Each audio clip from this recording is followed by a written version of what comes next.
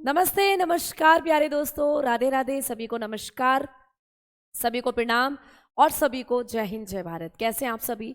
Hope you all are very good. उम्मीद करती हूँ, आशा करती हूँ आप लोग बहुत अच्छे होंगे, बहुत ज़बरदस्त होंगे, बहुत बेहतरीन होंगे और बहुत ज़्यादा बिंदास होंगे। तो सभी दोस्तों को गुड आफ्टरनून, सभी को गुड इवनिंग एंड सभी को राधे राधे। आप सभी कैसे हैं? अपना हालचाल कमेंट सेक्शन में आप लोग ज़रूर बताएंगे। उम्मीद तो है कि सभी प्यारे दोस्त एकदम बढ़िया हैं, बढ़िया तरीके से आपकी तैयारी चल रही है, बेहतरीन तरीके से आप अपना जो भी चैप्टर है उसको पढ़ते चल रहे हैं। तो सभी को नमस्कार। सभी के पास तक मेरे जो कमेंट्स हैं, मतलब मेरे कमेंट्स तो नहीं, लेकिन आप लोगों के कमेंट्स मेरे पास तक ज़रूर पहुंच रहे हैं, मेरी आवाज़ आप लोगों तक ज़रूर पहुंच रही होगी। एक बार सभी दोस्त कंफर्मेशन दे दीजिएगा कमेंट सेक्शन के अंदर। प्रज्ञा आ चुके हैं हमारे साथ, रमेश आ चुके हैं, अंकुर आ चुके हैं, है ना, आदित्य आ चुके हैं, मोहन आ चुके हैं, सुरेंद्र आ चुके हैं, गणेश, अतुल, संजय, प्रीतम, सेजल, ये सब बच्चे हमारे साथ जुड़ चुके हैं। तो सभी को नमस्कार, सभी को प्रणाम, सभी को राधे राधे और आप सभी को हमारा जय हिंद जय भारत।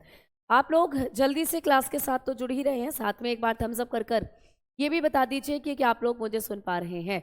ठीक है, चलो चलो चलो चलो चलो, बहुत बढ़िया, बहुत शानदार तरीके से आपके कमेंट्स मेरे पास तक पहुंच रहे हैं, बढ़िया तरीके। चलिए अब हम सेशन को शुरू करते हैं। हमारा जो टॉपिक चल रहा है आज भी वही रहेगा, रेस्पिरेटरी सिस्टम, क्योंकि ये है फाउंडेशन बैच और फाउंडेशन बैच में सारी चीज़ें आपको मैं डिटेल में जहाँ तक हो सकता है कराऊंगी। ठीक है, श्वसन तंत्र।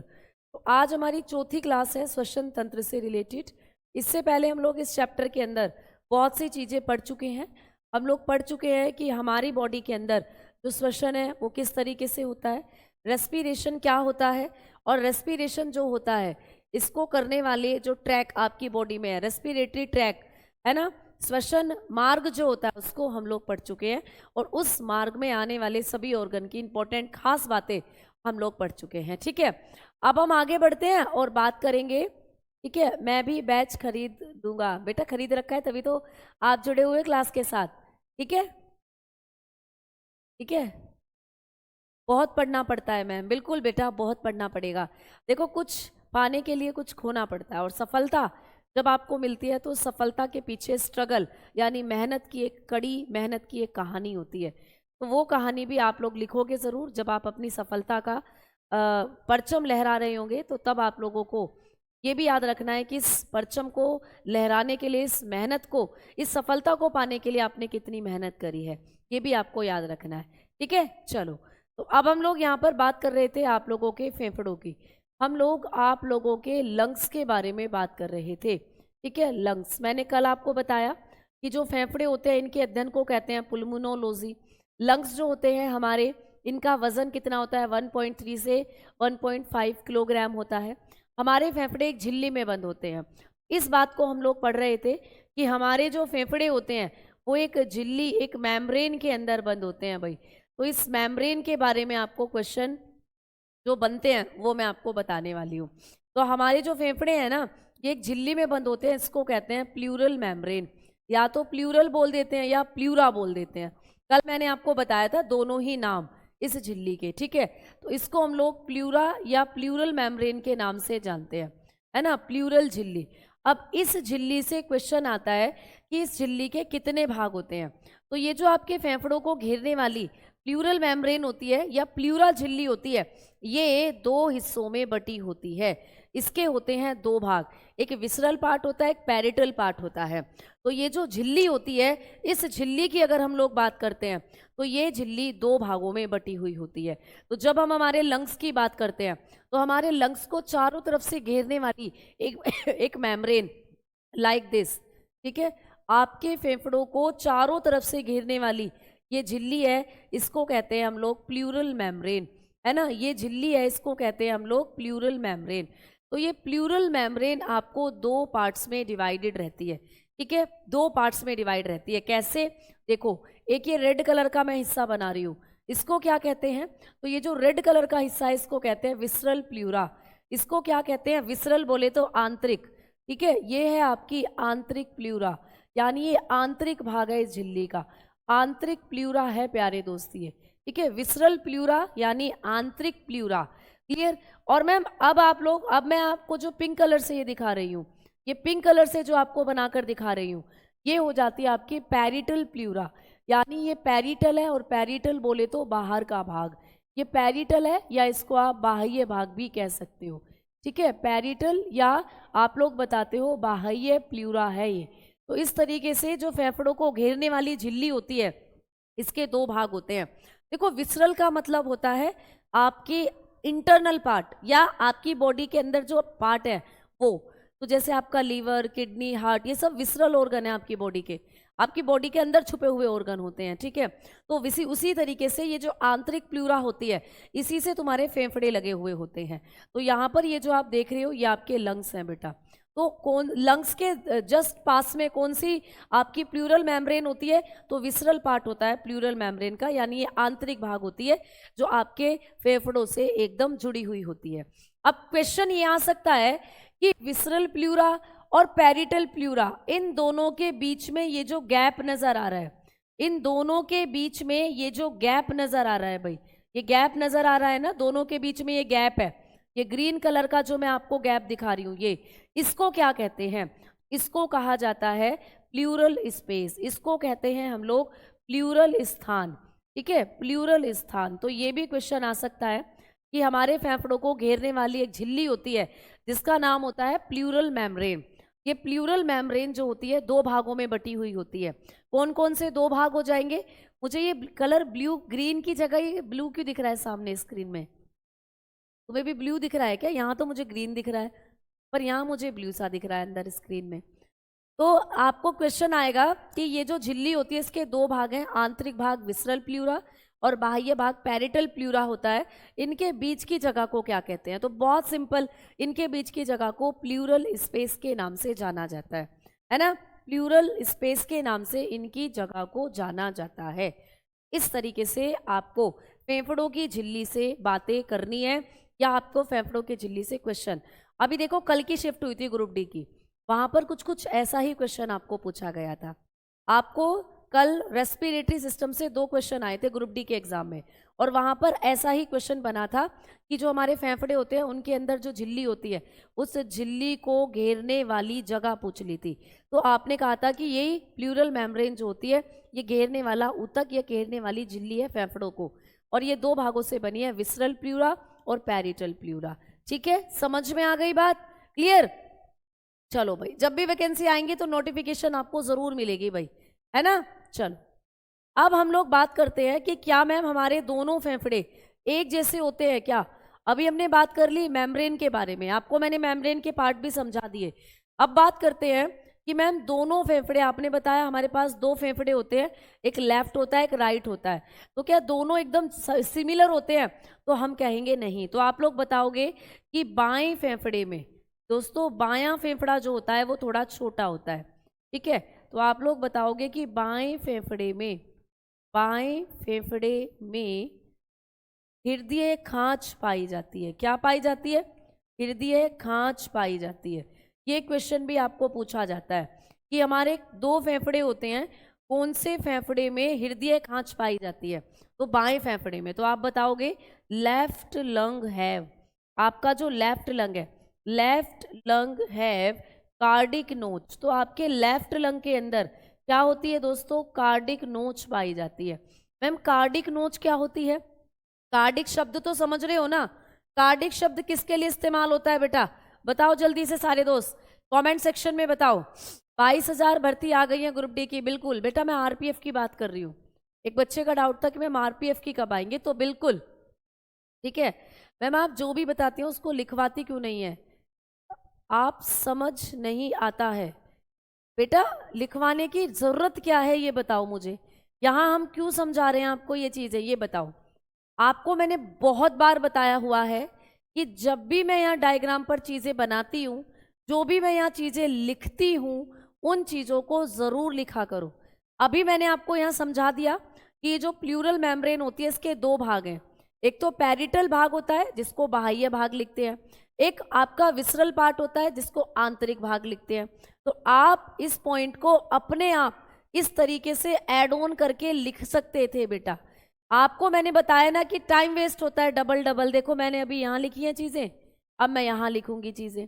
तो भाई थोड़ा सा आपको अपना दिमाग भी थोड़ा सा आपको एक्टिव करना है कि मैम ने बता दिया कि प्लूरल मेम्ब्रेन दो होती हैं, एक हो जाती है पैरिटल, आप लोगों की पैरिटल अभी अंदर लिख चुकी हूँ पीछे की तरफ, जो कि आपकी बाह्य होती है प्यारे दोस्त, ये बाह्य होगी। और दूसरी मैंने बताई आपको विसरल हो जाती है, ठीक है। दूसरी कौन सी हो जाती है? विसरल, यानी ये हो जाती है आंतरिक। तो यही सेम बात यहाँ दोबारा लिखने से होगा क्या, ये बताओ। यहाँ दोबारा लिखने से होगा क्या बताओ। अब मैंने आपको बता ही दिया है कि इन दोनों के बीच में जो जगह होती है, इन दोनों के बीच में जो जगह होती है उसको क्या कहते हैं? उसको प्लूरल स्पेस कहते हैं, उसको प्लूरल स्पेस। ये तो कॉमन सेंस की बात है, प्लूरल जगह या प्लूरल स्थान उसको कहा जाता है। लो लिख लिया, क्या दिक्कत हो गई भाई इसमें बताओ। तो यही सेम चीज मैंने आपको यहाँ समझाई है। अगर आप चाहते हो कि पहले यहाँ लिखे मैडम फिर वहां लिखे मैडम, तो कोई दिक्कत नहीं है, बिल्कुल लिख सकते हो, ठीक है, कोई दिक्कत नहीं है, बिल्कुल लिख सकते हो। क्लियर? ठीक है,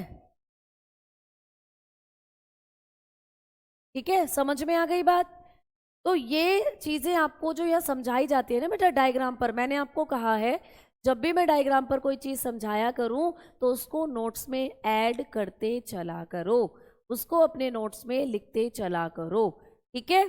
चलो आ जाओ, अब आगे बात करते हैं। पेपर बाइलिंगुअल आता है बेटा, ठीक है, इंग्लिश और हिंदी दोनों में। अब आ जाओ बात करते हैं। तो लिख लिया अब आप लोगों ने कि भाई ये दो भागों में बटी हुई होती है। पैरिटल पार्ट होता है, ठीक है, एक होता है आपका विसरल पार्ट। जो पैरिटल पार्ट होता है ये आपका बाह्य भाग है, इसी को बाह्य कहते हैं, और विसरल मतलब आंतरिक, ठीक है। तो ये दो भागों में बटी हुई है, आपने समझ लिया। क्लियर है ना? क्लियर भाई? चलो अब आगे बात करते हैं, है ना, ठीक है। चले आगे जी मैडम। चलो अब आ जाओ। अब हमने बात करी कि आप लोगों का जो हृदय, आपके जो फेफड़े होते हैं, क्या मैम ये दोनों एक जैसे होते हैं?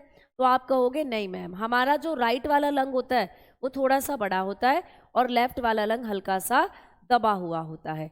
तो क्यों दबा हुआ होता है? चलो अब तुम कहोगे मैम इस बात को भी लिखवाओ, चलो लिखवा लेते हैं।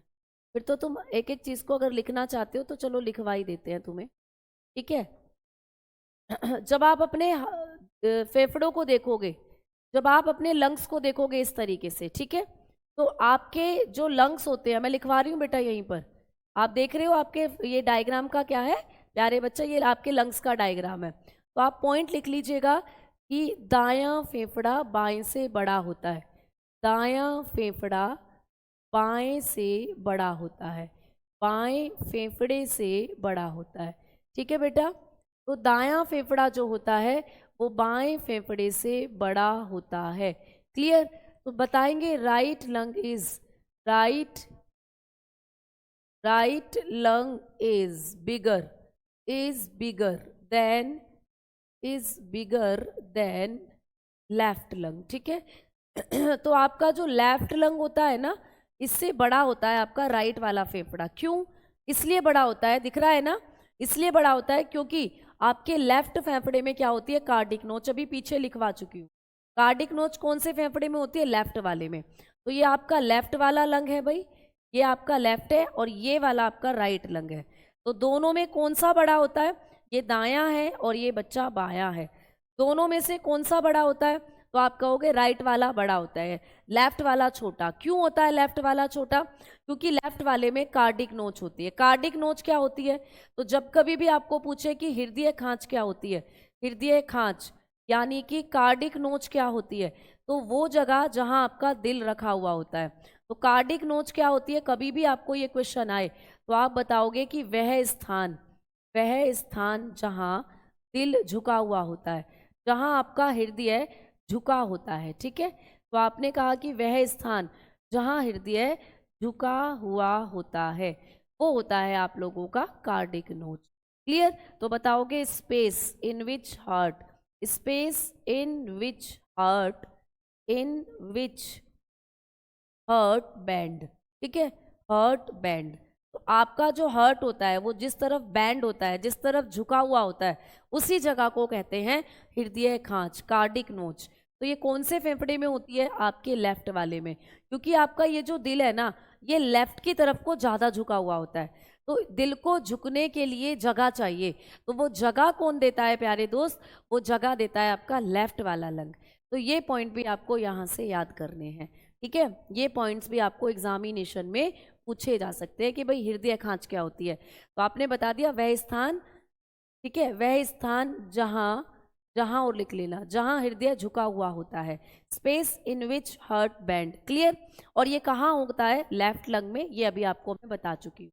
अब चलते हैं आगे की तरफ, और अब हम लोग बात करते हैं कि हमारे शरीर के अंदर जो हमारे फेफड़े होते हैं, इनका काम होता है श्वसन करना, यानी कि हमारे बॉडी के अंदर जो मुख्य श्वसन अंग होते हैं वो कौन होते हैं? फेफड़े होते हैं।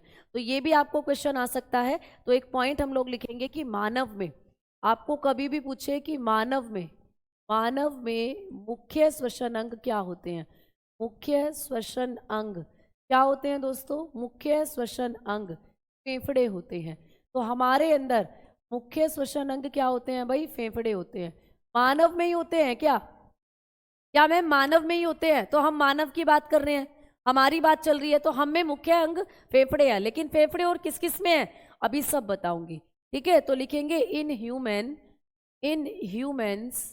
Lungs are main respiratory organ. तो हमारी बॉडी में जो लंग्स होते हैं वो हमारे मेन रेस्पिरेटरी ऑर्गन की कैटेगरी में आते हैं। अच्छा, अब मैम यहां से क्वेश्चन आएगा कि किसके अंदर किस तरीके से श्वसन होता है, ठीक है। हाँ, किस तरीके से, किसके अंदर क्या टेंडन क्षमता, बेटा लंग टेंडेंसिटी, आपको ये सब चीजें मैं बताऊंगी।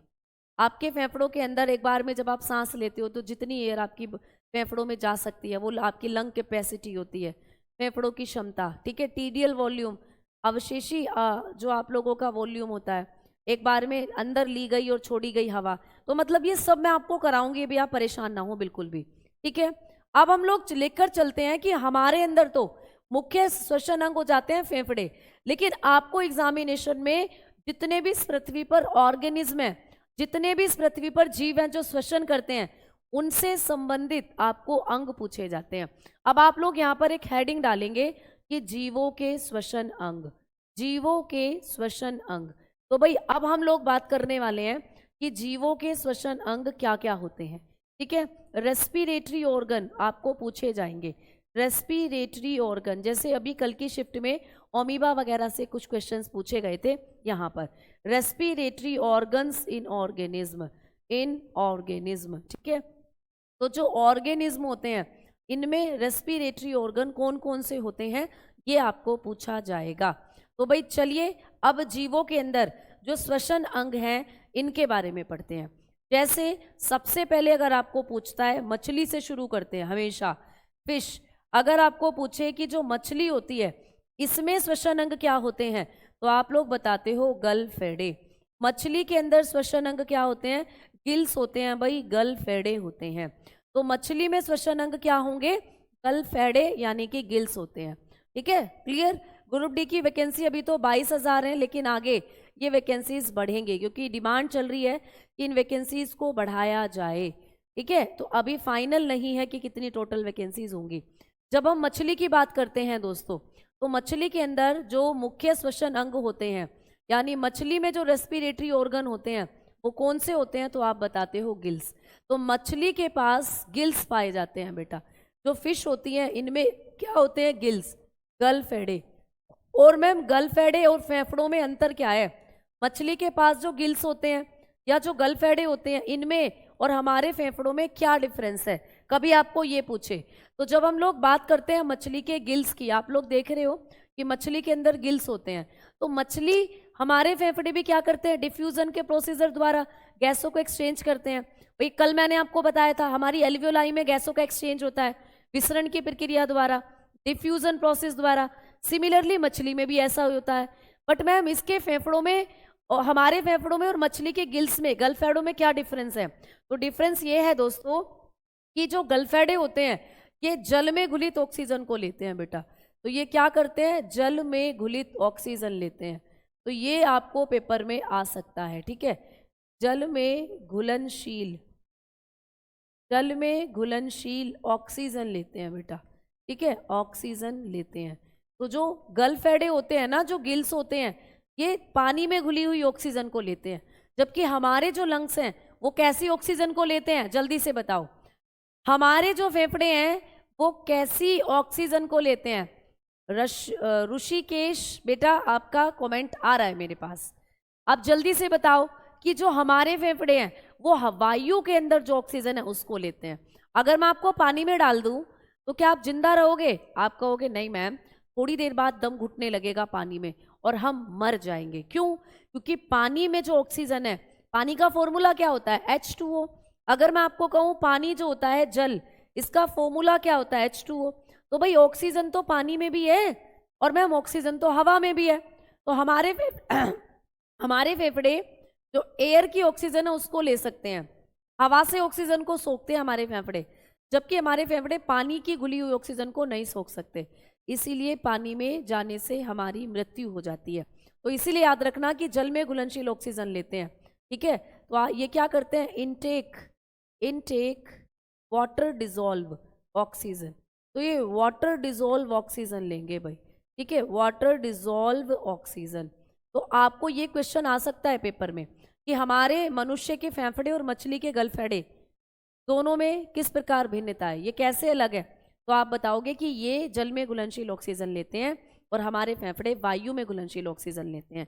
तो नोट डालकर आपको मैं यहाँ लिख दूं, नोट डालकर यहाँ लिख दूं कि मानव फेफड़े, मानव या जिसके भी पास फेफड़े हैं, मानव फेफड़े वायु में घुलित ऑक्सीजन लेते हैं, वायु में घुलनशील, वायु में घुलनशील,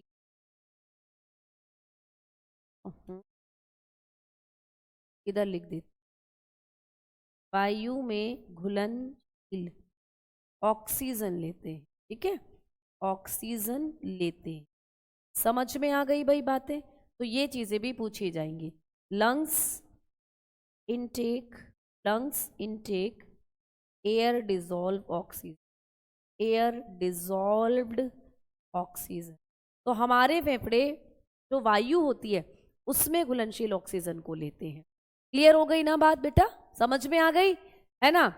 और जब मैम पानी में जाते हैं तो हमारे मुंह से भी बबल निकलने लगते हैं, है ना? हाँ, इसीलिए फिश पानी से निकलने पर मर जाती है। बिल्कुल, वो हवा में घुलनशील ऑक्सीजन नहीं ले सकती, उसके गिल्स ये नहीं कर सकते, तो दोनों में इसीलिए डिफरेंस होता है। इसीलिए मछली जल की रानी है और हम लोग लैंड पर रहते हैं, जमीन पर रहते हैं, है ना? क्लियर? ठीक है? नहीं बेटा, बिल्कुल नहीं पढ़ना पड़ेगा, यहीं से आप सारी चीजें कर सकते हो। चलो, तो भाई हमने मछली के बारे में भी पढ़ लिया। अब मछली से रिलेटेड कुछ और चीजें आपको पूछ ली जाती हैं। जैसे मछली है तो मैम मछली के साथ साथ हमें पूछ लेता है कि और कौन है जो गिल से सांस लेता है। तो बेटा मछली के साथ साथ आपको कभी भी पूछे कि जो शार्क होती है बेटा, शार्क, कई बार क्वेश्चन ये बच्चों को पूछा गया है कि जो शार्क होती है, शार्क क्या है जल्दी बताओ। शार्क एक स्तनधारी है या एक मछली है? फटाफट बताओ सारे दोस्त, शार्क कैसे सांस लेती है? शार्क, जिसको हम लोग डॉग फिश के नाम से भी जानते हैं, कुत्ता मछली, डॉग फिश। सारे दोस्त बताओ कि शार्क क्या होती है? कुत्ता मछली इसको कहते हैं क्योंकि इसकी सूंघने की शक्ति बहुत तेज होती है, तो इसीलिए इसको हम लोग डॉग फिश भी कह देते हैं। तो शार्क कैसे सांस लेती है, जल्दी से बताओ दोस्त। शार्क पर क्वेश्चन आया है और बच्चे कई बार कंफ्यूज होते हैं कि शार्क क्या है। एक मैमल है, अमित बता रहे हैं बेटा, शार्क एक मछली है, स्तनधारी नहीं है। स्तनधारी होती है आपकी वेल, वेल स्तनधारी है, तो इसीलिए बच्चे कंफ्यूज होते हैं। तो शार्क एक मछली है, याद रखना, शार्क एक मछली की कैटेगरी में आती है, शार्क एक फिश की कैटेगरी में आती है। तो जब मछली है तो मछली कैसे सांस लेती है? गिल्स से सांस लेती हैं। तो मछली के, इस शार्क के पास भी रेस्पिरेशन करने के लिए जो ऑर्गन होते हैं वो होते हैं बेटा गिल्स। तो याद रखना ये शार्क है, तो शार्क भी कैसे सांस लेती है? तो शार्क के पास भी गिल्स होते हैं बेटा, गलफेडे। तो सांस आप लोगों को यहाँ पर लेना, या ये जो शार्क होती है इसको जो सांस लेना पड़ेगा वो गिल से लेना पड़ेगा, गलफेडो से। तो ये पॉइंट जरूर आप लोग याद रखोगे, ठीक है? मछली होती है ये, तो ये भी रेस्पिरेशन जब करती है तो गिल्स के द्वारा ही ये रेस्पिरेशन करती है। अब चल रहे हैं हम लोग आगे। अब मैं चलती हूँ दूसरे पॉइंट की तरफ कि मैम और कौन कौन है जो गिल्स से सांस लेता है। तो भाई आपने देखा होगा टेडपोल। टेडपोल कितने बच्चों ने देखा है भाई टेडपोल? तो ये जो टेडपोल होता है ये मेंढक का लार्वा होता है। तो मैं कई बार आपको इस पॉइंट को समझा चुकी हूँ कि जो टेडपोल होता है ये भी गिल्स के जरिए सांस लेता है, ये भी गिल्स के जरिए सांस लेता है बेटा, ठीक है। अब ये गिल्स से सांस लेता है टेडपोल, तो टेडपोल पूर्ण रूप से जल में रहता है प्यारे दोस्तों। ये जमीन पर आएगा तो मर जाएगा, ठीक है। ये भी मछली की तरह पूर्ण रूप से जल में रहता है, ठीक है, जल में रहता है। तो ये क्या करता है? पूर्ण रूप से जल में रहता है, इसके बारे में याद रखना, ठीक। कंप्लीटली लीव इन वाटर, तो ये भी कंप्लीटली कहाँ रहेगा? कंप्लीटली लीव इन वाटर, तो ये पानी में रहता है बेटा, पानी के अंदर।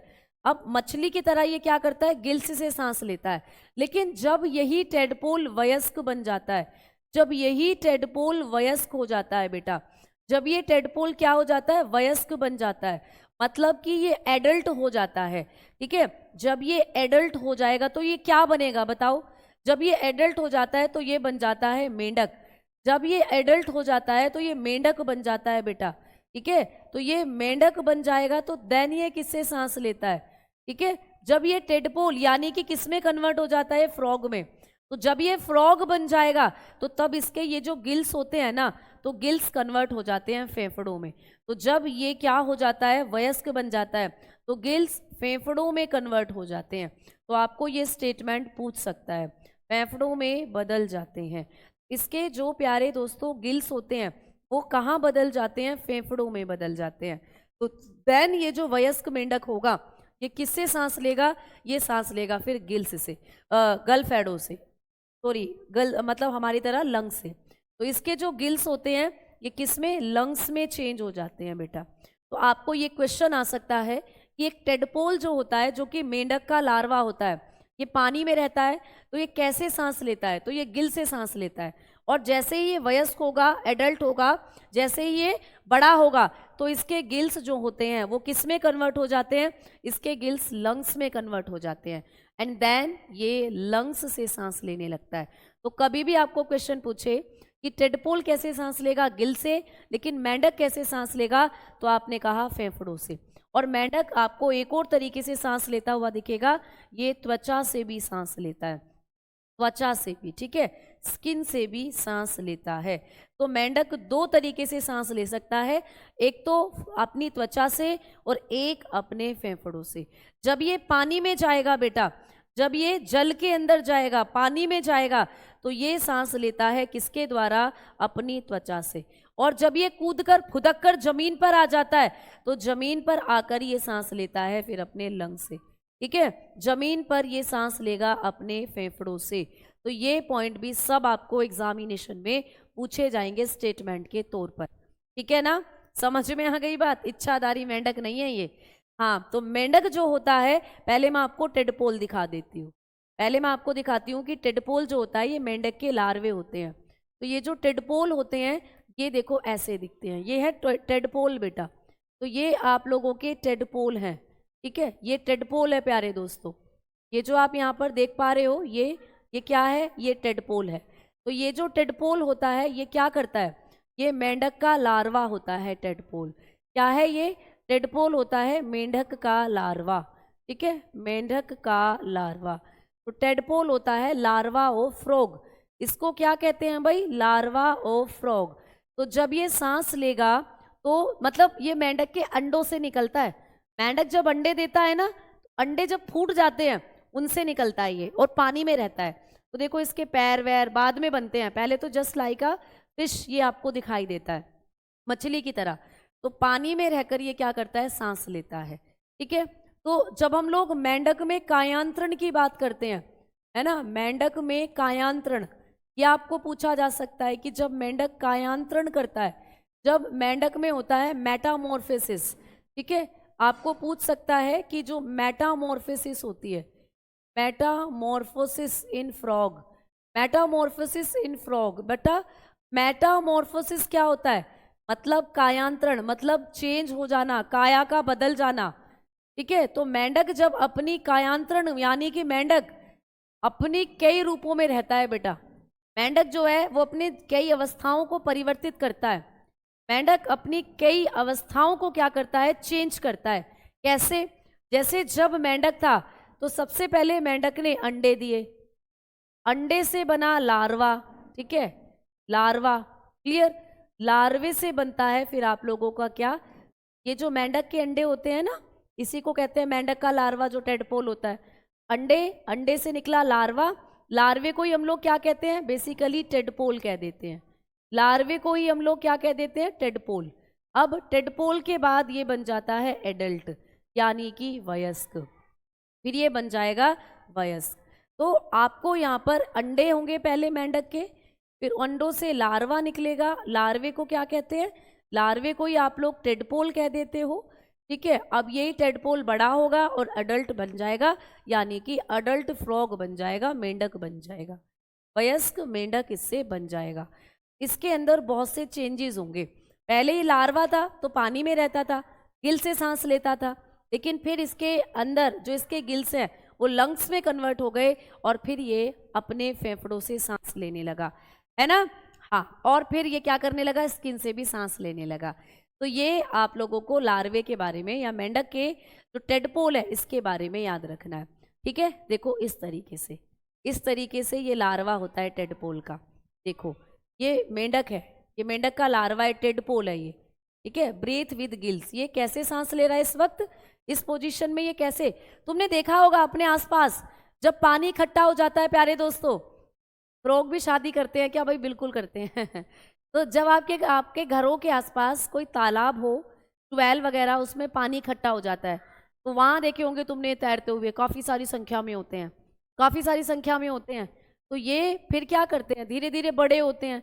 अब धीरे धीरे बड़े होंगे प्यारे दोस्त, तो ये स्किन, इनकी स्किन में छोटे छोटे पोर बनते हैं। देखो ये रहे छिद्र, इनकी त्वचा में छोटे छोटे छिद्र बनते हैं। फिर ये इनसे भी सांस लेने लग जाते हैं, और जब ये और बड़े होंगे तो इनके ये जो गिल्स होते हैं ये फेफड़ों में कन्वर्ट होने शुरू हो जाते हैं।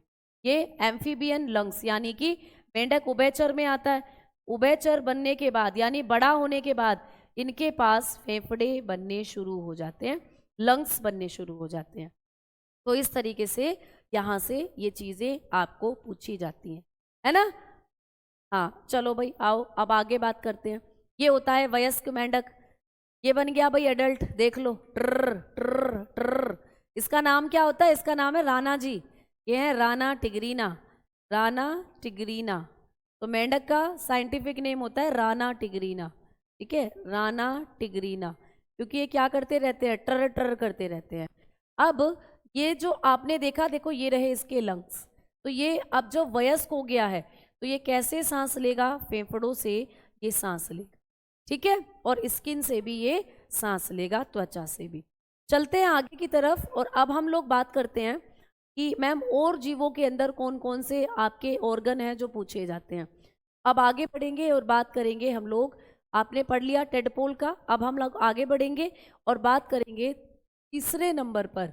आपको कभी भी पूछे कि जो वेल होती है, वेल, ठीक है, वेल हो गई बेटा, डॉल्फिन हो गई, ठीक है, वेल और डॉल्फिन ये कैसे सांस लेती हैं? तो बहुत से बच्चों में इनको लेकर कंफ्यूजन होता है। तो वेल और डॉल्फिन जो होती हैं ये भी सांस लेती हैं फेफड़ों के द्वारा। इनके पास भी क्या होते हैं दोस्तों? फेफड़े होते हैं।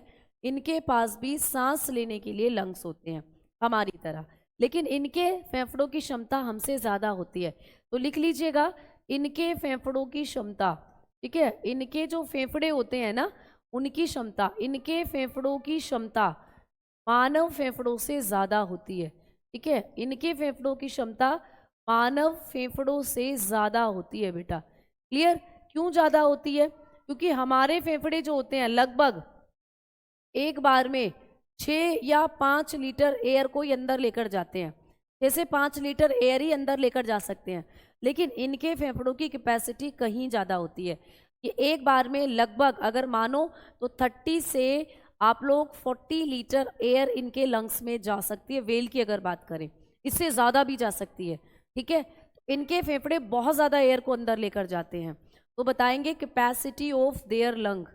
इनके लंग की जो कैपेसिटी होती है, capacity of their lung, their lungs are more than human lung. ठीक है, मोर देन ह्यूमन लंग्स। तो ह्यूमन लंग से इनकी कैपेसिटी क्या होती है, ज़्यादा होती है। क्लियर, इनकी क्षमता ज़्यादा है, इसीलिए ये एक बार में बहुत सारी हवा भरकर फिर पानी में जाते हैं प्यारे दोस्त। ठीक है मैम, चेंज फिश क्या होती है? चनांगा फिश क्या होती है, समझ नहीं आया क्या पूछना चाह रहे हो। ये तो पानी में रहती है, जल में घुले तो ऑक्सीजन लेती है। नहीं, ये जल में घुले तो ऑक्सीजन नहीं लेगी। जो वेल और शार्क होती है ना, वो उनका टाइमिंग सेट होती है कि हर आधे घंटे में 30 मिनट में पानी से बाहर आती हैं और फिर पानी में जाती हैं, फिर पानी से बाहर आएंगी, फिर पानी में जाएंगी। तो जब ये पानी से बाहर आती है तो एयर, हवा में घुली तो ऑक्सीजन को अपने फेफड़ों में खींच कर जाती हैं। जब वो पानी में जाती हैं गहराई में तो खत्म होने लगती है वो ऑक्सीजन, फिर पानी की सतह पर आती हैं, फिर ऊपर ऐसे ऑक्सीजन लेकर जाती है। तो ये ऐसे करती है बेटा। ठीक है, तो इसीलिए इनके पास कैपेसिटी लंग की काफ़ी ज़्यादा होती है, ज़्यादा ऑक्सीजन को अंदर लेकर जाती हैं, जिसका यूटिलाइजेशन ये लंबे समय तक पानी में कर सकती है। ठीक है, क्लियर। चलो अब आगे चलते हैं, फोर्थ पॉइंट की तरफ चलते हैं। अब आपको पूछ ले कि जो सरीसृप होते हैं, सरीसृप, मैम सरीसृपों में कौन कौन आता है? रेप्टाइल, रेप्टाइल्स की कैटेगरी में कौन कौन आता है? तो जब हम रेप्टाइल्स की कैटेगरी में बात करते हैं, सरीसृपों की बात करते हैं, तो जैसे आपको कभी भी पूछ लेता है कि सांप कैसे सांस लेते हैं, स्नेक जो होते हैं भाई, स्नेक। ठीक है, आपको पूछ ले कभी भी छिपकली कैसे सांस लेती है, छिपकली जो होती है, लिजर्ड्स। ठीक है, आपको कभी भी पूछ ले कि क्रोकोडाइल, मगरमच्छ कैसे सांस लेता है, मगरमच्छ। ठीक है, आपको कभी भी पूछे कि जो कछुआ होता है वो कैसे सांस लेता है, कछुआ। ठीक है, टॉर्टोइज कैसे सांस लेता है, या टर्टल कैसे सांस लेता है, आप लोग बताओगे कि यहाँ पर ये सारे जो जीव होते हैं ये भी फेफड़ों से सांस लेते हैं। इनके अंदर भी सांस लेने के लिए क्या होते हैं, फेफड़े होते हैं, लंग्स होते हैं। तो ये भी लंग्स के द्वारा ही सांस लेते हैं। ठीक है, तो छिपकली, सांप, मगरमच्छ ये भी कैसे सांस लेते हैं, फेफड़ों के द्वारा ये सांस लेते हैं। ठीक है, तो जब आप लोग देखोगे कुछ इस तरीके से, इनके पास भी सांस लेने के लिए क्या होते हैं, लंग्स होते हैं, फेफड़े होते हैं, है ना, है ना। पानी के बाहर जीवित रह सकती हैं, पानी के बाहर ये बहुत ज़्यादा टाइम तक जीवित नहीं रह सकती हैं। ठीक है, बहुत ज़्यादा टाइम तक जीवित नहीं रह सकती हैं, क्योंकि इनका जो मेन हैबिटेट है वो पानी ही है। ये शिकार पानी में ही कर सकती हैं, पानी में ही ये जनन कर सकती हैं, और पानी के अंदर ये अंडे दे सकती हैं। तो जब इनको बहुत लंबे टाइम तक आप पानी में रखोगे तो ये जिंदा नहीं रहेंगी। ठीक है, क्योंकि ज़मीन पर ये चल नहीं सकती हैं, एक ही जगह सुस्त पड़ी रहेंगी, और थोड़े दिन बाद जब ना कुछ खाएंगी ना पिएंगी तो इनकी मृत्यु हो जाएगी। ठीक है, समझ में आ गई बात। चलो साइंटिफिक नेम बताऊंगी बेटा, जब आप चैप्टर करोगे ना क्लासिफिकेशन वाला, तब करेंगे हम। ठीक है, आराम कब करती है बेटा, मैंने कहा ना पानी में ही करती हैं आराम, पत्थरों के ऊपर, चट्टानों के ऊपर। और आराम तुम्हारी तरह नहीं करती कि इन्हें भी 6-6 घंटे की नींद चाहिए। इनकी आराम करने का टाइम बहुत कम होता है प्यारे दोस्त। ठीक है, ये 15 मिनट 10 मिनट ऐसे ऐसे आराम करती हैं, ऐसा नहीं है कि ये कई कई घंटों तक सोएंगी। ठीक, चलो अब आगे बात करते हैं। अब हम चलते हैं कि जो लंग्स होते हैं इनके अंदर होते हैं, लिजर्ड्स के अंदर। अब आगे बात करेंगे कि और किस किस में पूछे जाते हैं। आगे हम लोग बढ़ेंगे और बात करेंगे अब किसकी, पक्षियों की। तो भाई पक्षी जो होते हैं इनमें भी श्वसन के लिए कौन से अंग पाए जाते हैं, तो बर्ड्स के अंदर भी रेस्पिरेशन के लिए हमारी तरह फेफड़े होते हैं। तो birds also have lungs like us. ठीक है, इनके पास भी लंग्स होते हैं, फेफड़े होते हैं, है ना। आगे बात करें, चलिए नेक्स्ट, छठे नंबर पर पूछता है केंचुआ, कि भाई केंचुआ कैसे सांस लेता है। क्वेश्चन आया हुआ है अर्थवॉर्म पर, अर्थवॉर्म केंचुए पर क्वेश्चन आया हुआ है कि केंचुआ कैसे सांस लेता है। तो केंचुआ भी अपनी त्वचा के जरिए सांस लेता है। केंचुआ भी कैसे सांस लेता है? अपनी स्किन से सांस लेता है, जो केंचुआ होता है। तो केंचुए के ऊपर भी क्या होते हैं? छोटे छोटी त्वचा के अंदर होल होते हैं, ये इन्हीं होल से गैसेस का एक्सचेंज होता है डिफ्यूजन द्वारा। अर्थवर्म जो होगा, केंचुआ जो होगा, ये भी अपनी त्वचा से ही क्या करता है दोस्तों? सांस लेता है। तो केंचुए से भी आपको क्वेश्चंस पेपर में पूछे जा सकते हैं। तो आप लोग बताकर चलते हो कि जो अर्थवर्म होता है केंचुआ, ये भी अपनी त्वचा के जरिए ही सांस लेता है। ठीक है, आगे बढ़े भाई। चलिए, तो केंचुए के साथ साथ आप लोगों को यहाँ पर और कौन कौन से ऑर्गेनिज्म है जिससे चीज़ें पूछी जाएंगी। केंचुए के बाद हम लोग बात करेंगे किसकी? कुछ कीटों की। तो भाई अब कीटों से क्वेश्चन भी आपको पूछे जाते हैं। तो जब हम कीटों की बात करेंगे, ये बहुत लंबी पीडीएफ हो जाती है। चलो, जब हम लोग केंचुए के बाद बात करते हैं 7वें नंबर पर कि मैम जो कीट होते हैं, कीट, ठीक है, इंसेक्ट जो होते हैं, ये कैसे सांस लेते हैं? इंसेक्ट्स की जब हम लोग बात करते हैं कीटों की, तो बेटा कीटों की या तो ऐसे क्वेश्चन आएगा कि कीट कैसे सांस लेते हैं, या आपको कीटों की जगह आ जाएगा ऑर्थ्रोपोडा लिखा हुआ, क्योंकि कीटों को ऑर्थ्रोपोडा वर्ग में रखा हुआ है ना। तो ऑर्थ्रोपोडा करके भी आपको पेपर में क्वेश्चन आ जाता है कि जो ऑर्थ्रोपोडा होते हैं ये कैसे सांस लेते हैं। तो या तो ऑर्थ्रोपोडा आ जाता है या कीट आ जाता है। तो कुछ भी आए, आप बताते हो कि ये सांस लेते हैं श्वास छिद्रों के द्वारा, ये सांस लेते हैं श्वास छिद्रों के द्वारा। श्वास छिद्र या इनको हम लोग कहते हैं श्वास रंध्र। ठीक है, तो श्वास रंध्र या श्वास छिद्र यानी इंग्लिश में कहते हैं स्पायरेकल्स।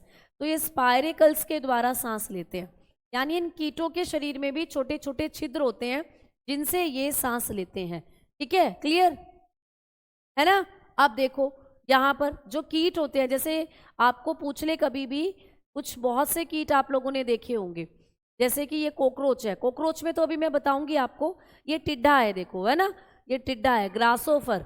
इसमें जब सांस लेता है ये तो स्पायरिकल्स के द्वारा ये सांस लेता है। इनके शरीर में छोटे छोटे छिद्र, एक पूरा चैम्बर होता है, छोटे छोटे छिद्र इनके शरीर में पाए जाते हैं, तो ये इनसे सांस लेते हैं। स्पायरिकल्स इनके पास होते हैं, तो इनको क्या कहते हैं? स्पायरिकल्स कह देते हैं। ठीक है, स्पायरिकल इनको कहते हैं हम लोग, और ये श्वास रंध्र या श्वास छिद्रों के नाम से जाने जाते हैं। इन्हीं से कीट या ऑर्थ्रोपोडा सांस लेते हैं। अब ऑर्थ्रोपोडा से एक और क्वेश्चन आता है आपको एग्जामिनेशन में कि पानी में रहने वाले ऑर्थ्रोपोडा कैसे सांस लेते हैं। अब आपको पेपर में पूछ ले कि जो जलीय ऑर्थ्रोपोडा होते हैं, यानी पानी में जो रहते हैं, पानी में रहने वाले कीट, जलीय ऑर्थ्रोपोडा कैसे सांस लेते हैं, ये आपको पूछा जा सकता है। ठीक है, ये आर्मी के एग्जाम में पूछा गया प्रश्न है। एक्वेटिक ऑर्थ्रोपोडा कैसे सांस लेते हैं भाई? एक्वेटिक ऑर्थ्रोपोडा बोले तो जो पानी में रहने वाले कीट हैं, वो कैसे सांस लेते हैं? तो पानी में रहने वाले कीट गिल्स के द्वारा सांस लेते हैं, मछली की तरह। कैसे सांस लेंगे भाई? गिल्स से। ठीक है, तो मछली जैसे सांस लेती है ना गिल्स के द्वारा, वैसे ही पानी में रहने वाले कीट भी क्या करते हैं? गिल्स के द्वारा ही सांस लेते हैं। तो यहाँ से दो क्वेश्चन आएंगे, सिंपली पूछ ले कि ऑर्थ्रोपोडा में सांस श्वसन कैसे होता है या कीटों में श्वसन कैसे होता है, तो आप श्वास छिद्र या श्वसन रंध्र बताओगे या स्पायरिकल्स। लेकिन जब जलीय ऑर्थ्रोपोडा करके आ जाए तो आपको बताना है फिर गिल्स। ठीक है, फिर आपको बताना है गिल्स दोस्तों। अब बात करते हैं किसकी? कॉकरोच की। 8वें नंबर पर बात करेंगे किसकी? कॉकरोच की बेटा। अब कॉकरोच भी मैम एक कीट है तो बिल्कुल, लेकिन इसमें जो श्वसन के लिए अंग पाया जाता है वो अलग होता है। तो कॉकरोच की जब हम लोग बात करते हैं, है ना, कॉकरोच की जब हम लोग बात करेंगे तो कॉकरोच जो होगा इसमें श्वसन के लिए जो अंग पाए जाते हैं वो हो जाते हैं आप लोगों के ट्रैकिया। ठीक है, तो कॉकरोच पर क्वेश्चन पूछा गया है पेपर में कई बार। तो कॉकरोच में रेस्पिरेटरी ऑर्गन होता है ट्रैकिया, बहुत ज़्यादा इंपॉर्टेंट है, कई बार ये पेपर में आया है कि कॉकरोच कैसे सांस लेता है। तो कॉकरोच के पास पाई जाती है ट्रैकिया दोस्तों। कॉकरोच के पास इसके गर्दन से रिलेटेड एक स्ट्रक्चर होता है जिसको हम लोग कहते हैं ट्रैकिया। ठीक है, तो जो कॉकरोच होता है ये ट्रैकिया से सांस लेता है। ठीक है, तो जो कॉकरोच होगा इसके पास पूरा का पूरा एक स्ट्रक्चर होता है जिससे ये सांस लेता है। तो इसके पास होती है ट्रैकियल ट्रंक या ट्रैकिया ही आपको बताना है। तो ये जो ट्रैकिया होती है ना, इसी के द्वारा ये क्या करता है? सांस लेता है। तो ये जो इसके अंदर आपको स्पाइरिकल्स दिख रहे हैं, या पूरी एक लंबी नलिका, तो इसी के द्वारा ये क्या करता है, सांस लेता है, जो कॉकरोच होता है। ठीक है, तो कॉकरोच पर जब भी क्वेश्चन आए, ठीक है, सरीसृपों में संभोग कैसा होता है, होगा, या बच्चे ये पैदा कर, बेटा ये अंडे देते हैं सरीसृप, और सेक्सुअल रिप्रोडक्शन होता है, लैंगिक जनन इनके अंदर होता है। ठीक है, सेक्सुअल रिप्रोडक्शन होगा, लैंगिक जनन। आओ अब आगे बात करते हैं। आगे आपको पूछेगा कि कॉकरोच के बाद यहाँ पर आप लोगों को पूछा जाएगा कि अमीबा में श्वसन कैसे होता है। अमीबा भी पानी में रहता है दोस्तों। ठीक है, अमीबा भी आपको पानी के अंदर ही देखने को मिलेगा। इसमें कैसे श्वसन होता है, यहाँ से क्वेश्चन पूछा गया है। आपके अभी जो एग्जाम चल रहे हैं उनमें क्वेश्चन पूछा है कि अमीबा में श्वसन कैसे होता है, तो आप बताते हो शरीर सतह से होता है। कैसे, शरीर सतह, या तो शरीर सतह बताओगे, या आप लोग बताकर चलते हो कि इनके सरफेस।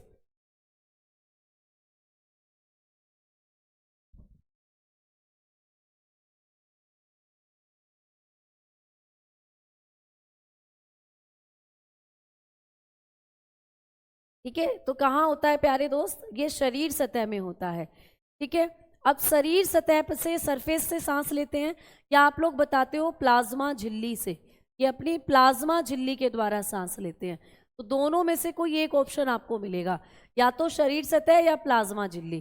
ठीक है, या तो आपको मिलेगा बॉडी सरफेस। ठीक है, बॉडी सरफेस से ये सांस लेता है, या आप लोग बताओगे कि प्लाज्मा मेम्ब्रेन से ये सांस लेता है। ठीक है, प्लाज्मा मेम्ब्रेन से ये क्या करता है, सांस लेता है। इस तरीके से आप लोगों को पेपर में क्वेश्चन पूछे जाएंगे, है ना। अब देखो, अब मैं जब अमीबा का डायग्राम आप लोगों को दिखाऊंगी तो आप लोग देखोगे कि अमीबा जो होता है, इसकी जो ये बॉडी सरफेस होती है, इसकी जो ये शरीर सतह होती है, ठीक है, आप लोग अच्छे से विजिबल कर पाएंगे। ठीक, देखो, तो ये जो अमीबा है, इस अमीबा की ये बॉडी सरफेस जो है, ये इसकी प्लाज्मा झिल्ली है, इसकी प्लाज्मा मेम्ब्रेन है जिसको मैं बना रही हूँ। तो ये इसी से क्या करता है, गैसों का एक्सचेंज करता है, इसी के द्वारा गैसों का एक्सचेंज करेगा। देखो, तो इसी के द्वारा ये गैसेस को बाहर निकालता है। तो ये इसकी सेल मेम्ब्रेन, या आप लोग बताकर चलते हो कि इसकी जो प्लाज्मा मेम्ब्रेन होती है, बॉडी सरफेस जो होती है, उसी से ये क्या करता है, सांस लेता है, श्वसन करता है।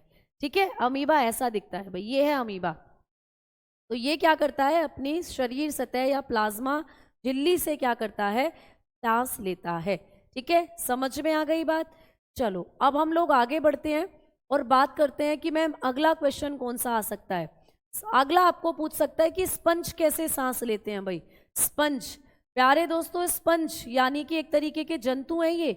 स्पंज, ये भी पानी में रहते हैं। स्पंज कैसे सांस लेते हैं ये भी आपको पूछा जाता है। तो ये एक तरीके के जंतु होते हैं बेटा, ये काइंड ऑफ एनिमल होते हैं जो स्पंजेस होते हैं।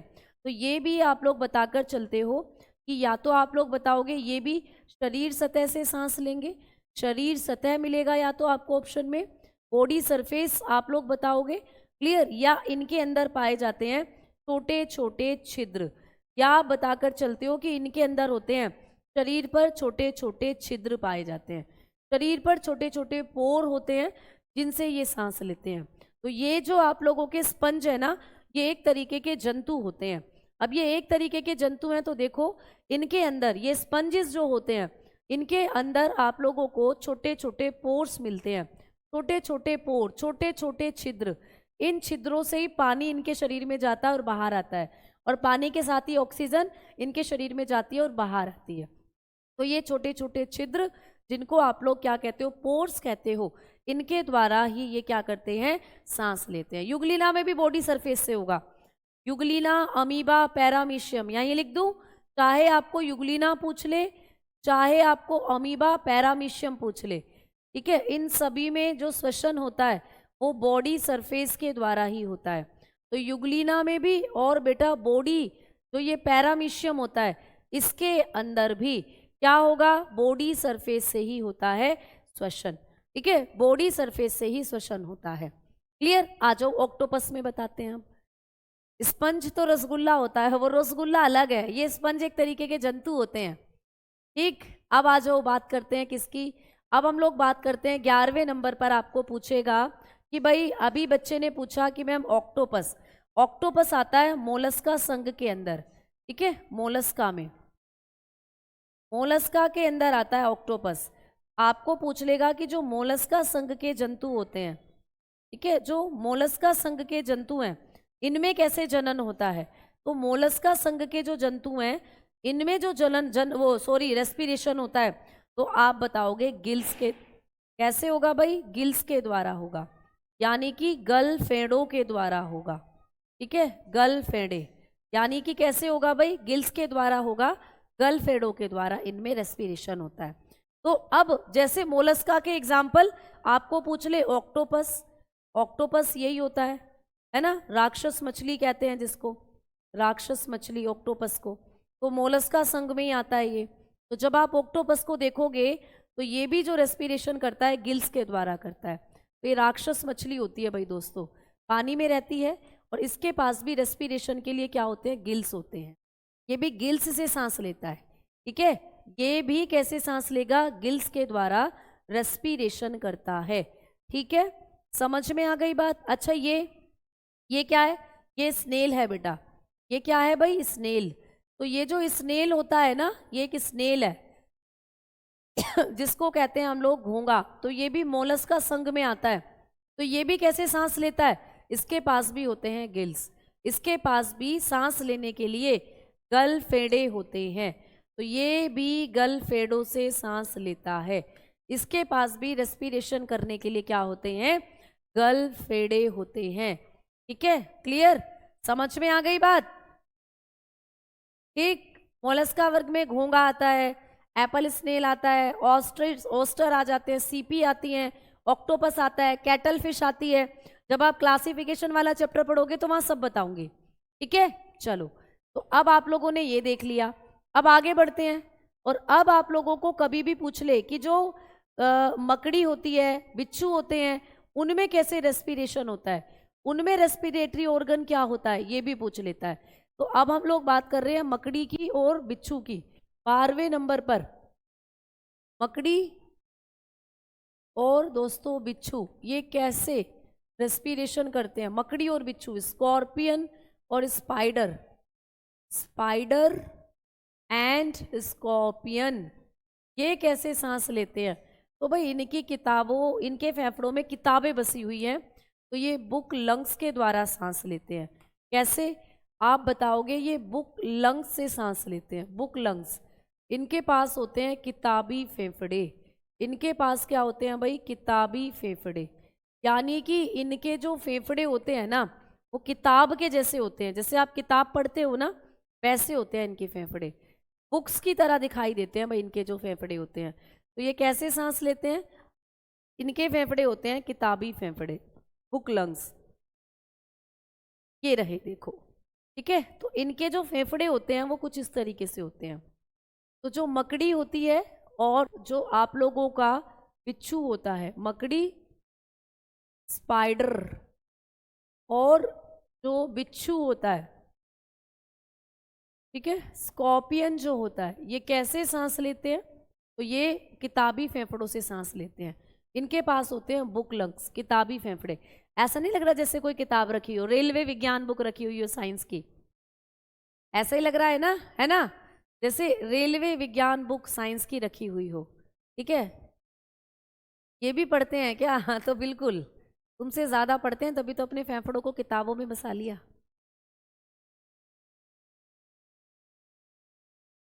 ठीक है, जीव और उनके श्वसन अंग शॉर्ट नोट में क्यों लिखवाऊं भाई यही तो चीजें हैं, शॉर्ट में तो लिखवा रही हूँ, कहाँ मैं आपको यहाँ पर ऐसे बहुत ज्यादा लिखवा रही हूँ। देखो ये तो आपको मेन पॉइंट तो मैं बता ही रही हूँ, ये तो सारे आपको करने ही है, ठीक है। अच्छा और बताओ, और किसका पूछा जाता है। अब हम जब गाय भैंस कुत्तों की बात करते हैं तो ये सब आते हैं स्तनधारियों में, this all are belong to mammals. तो इन सब में जो रेस्पिरेटरी ऑर्गन होते हैं वो आप लोग बताओगे कि क्या हो जाते हैं, वो तो हो ही जाते हैं आपकी तरह फेफड़े, ठीक है। तो यहाँ पर मैं एक चीज और लिख देती हूँ लास्ट में 13 कि भाई जो स्तनधारी होते हैं, स्तनधारियों में कौन कौन आते हैं, स्तनधारी, ठीक है, जो मैमल्स होते हैं, मैमल्स। तो मैमल्स में जो रेस्पिरेटरी ऑर्गन होते हैं मैमल्स में कौन कौन आते हैं आप बताओगे? जिनके 4 पैर होते हैं, 4 पैर वाले जंतु, 4 पैर वाले जंतु, ठीक है, 4 पैर वाले जंतु, 4 लेग एनिमल, 4 लेग्स एनिमल। 4 पैर किसको होते हैं ये बताना जल्दी। गाय, भैंस, ठीक है, तो चूहा, ये सब। और आप कहोगे कि मैम बंदर, तो वही हो सकते हैं हमारी तरह, हमारे भी 4 ही माने जाते हैं बेसिकली, ठीक है।